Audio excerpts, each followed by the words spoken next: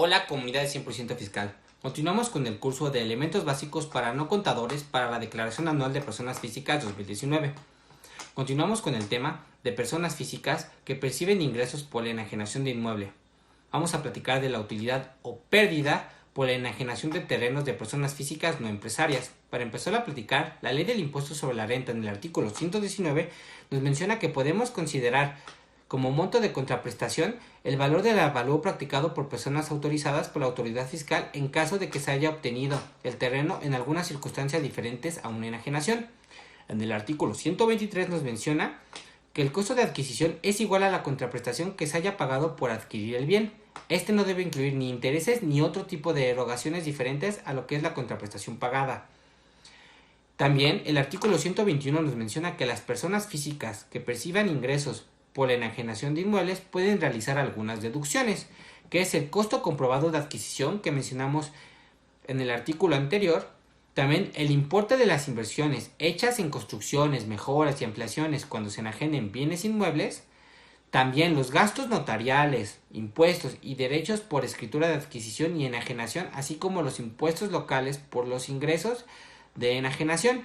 También las comisiones y mediaciones pagadas por el enajenante, es decir, pagos que hayamos hecho a algún asesor inmobiliario por la enajenación del inmueble.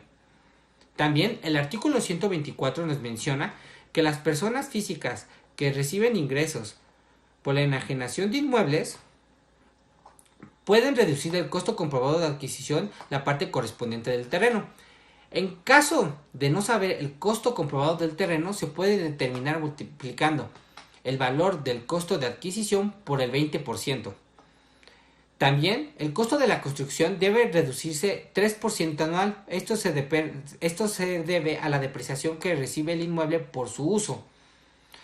Este tiene un límite que es hasta el 20%, es decir, primer año 3, segundo año 6 y así sucesivamente hasta llegar a 20%. No puede disminuirse más.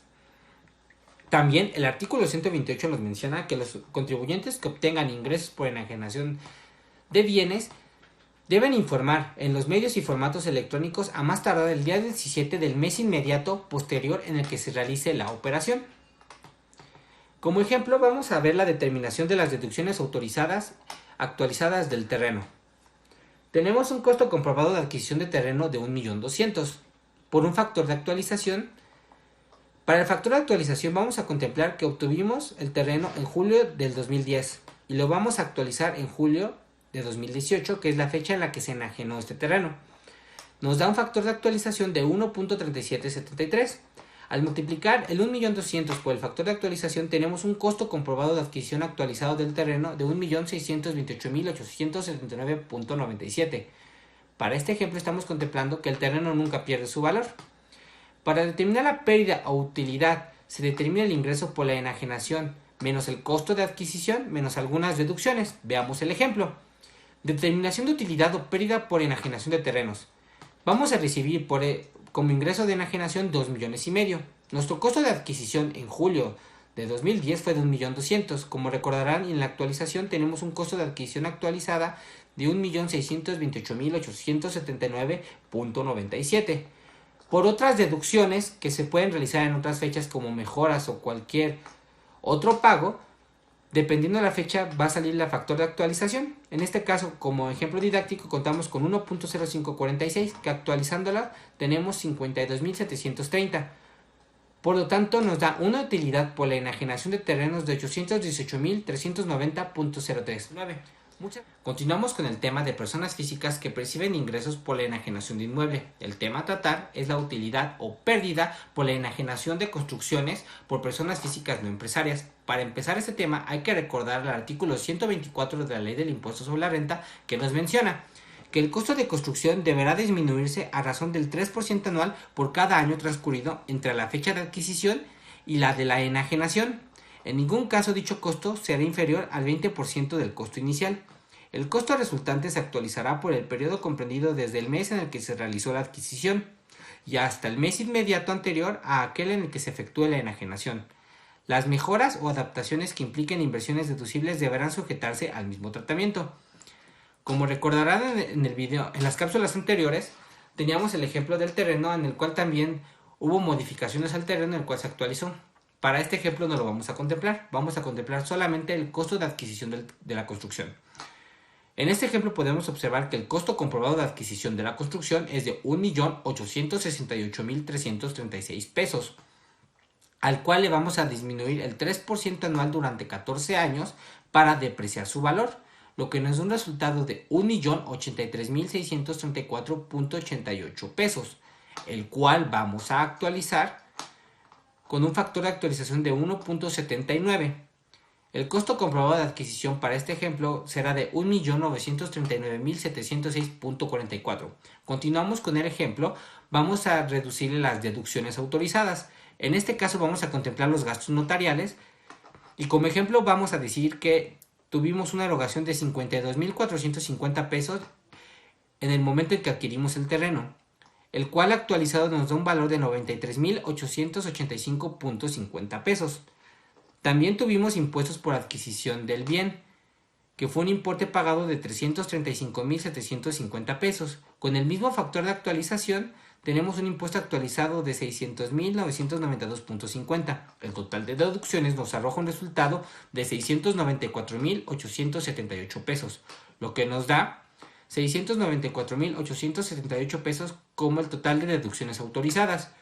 Entonces, al costo comprobado de adquisición actualizado de construcción le vamos a restar el total de las deducciones autorizadas, por lo tanto tenemos una utilidad de 1.244.828 pesos. Hay que recordar que el costo de adquisición debe ser cuando menos el 10% de la enajenación. En el ejemplo anterior, supusimos que las deducciones se hicieron en el mismo mes de adquisición, pero cabe recordar que cualquier deducción debe ser actualizada en su fecha de erogación.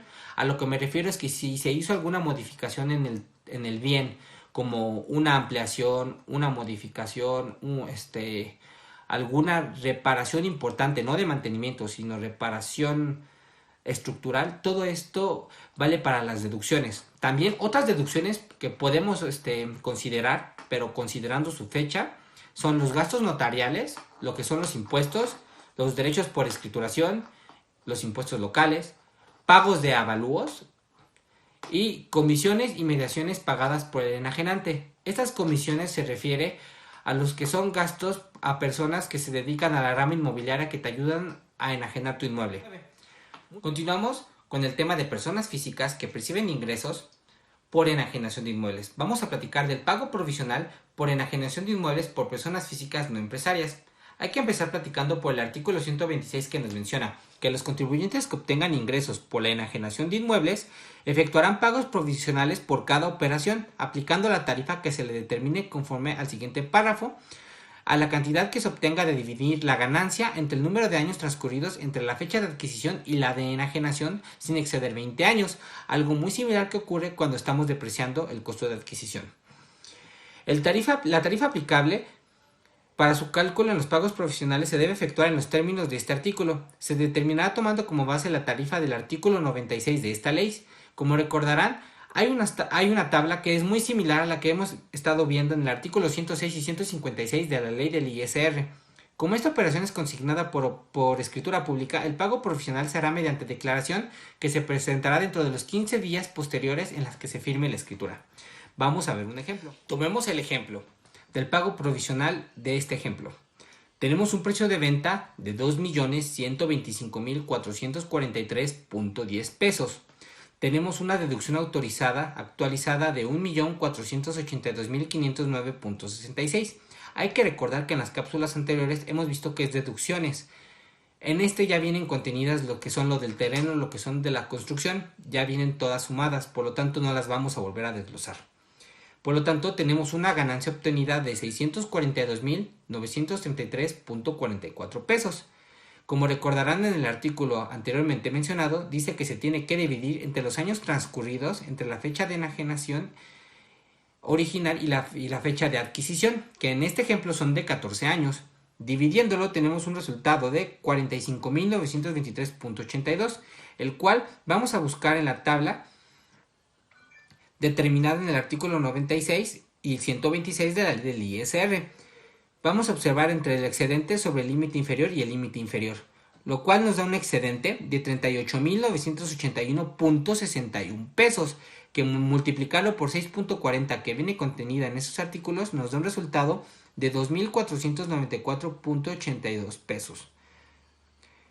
Al sumarle su cuota fija nos da un ISR determinado de 2.628.000.10 pesos, que al multiplicarlo por el número de años transcurridos entre las fechas de adquisición y la fecha de enajenación sin exceder los 20 años, nos da un ISR a cargo del pago provisional de 36.793.44 pesos, por menos el ISR enterado a la entidad federativa, que en este caso es el impuesto estatal por la enajenación del inmueble. En este ejemplo vamos a considerar el 5% de la ganancia obtenida, nos da un ISR a pagar como pago provisional de 4.646.77 pesos. Este es el impuesto neto a cargo en el pago provisional. Muchas gracias, comunidad de 100% fiscal. Consulta nuestras redes sociales para dudas o información. Cuentas con nosotros.